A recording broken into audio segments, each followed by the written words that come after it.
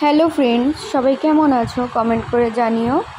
তো দেখতেই পাচ্ছ রেডি হয়ে বসে রয়েছি, অনেকক্ষণ ধরে অপেক্ষা করছি টোটোর জন্য। তো টোটো বলা হয়েছে অনেকক্ষণ আগে, আজকে একটু হেলথ সেন্টারে যাব, চেক আপ আছে, তো ওই জন্যই অপেক্ষা করছি। আর বলতে বলতেই টোটো চলে এসছে, আর ব্যাগ নিয়েও রেডি, ওই যে টোটো দাঁড়িয়ে রয়েছে। তো চলো বেশি কথা না বলে যাওয়া যাক। তো দেখো বেরিয়ে পড়েছি টোটোতে, আর পাশে একটা মন্দির ছিল, নমস্কার করে নিলাম।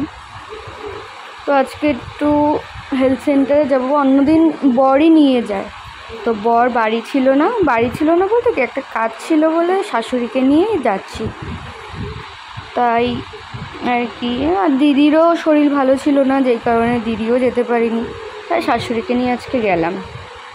আর কি, ওখানে গিয়ে বসেই রয়েছি, প্রচুর লাইন, আর ভালো লাগছে না। তারপরের ভিডিও আমি তুলতে পারিনি, যেহেতু আমার শরীরটা অনেক খারাপ হয়ে গেছিলো।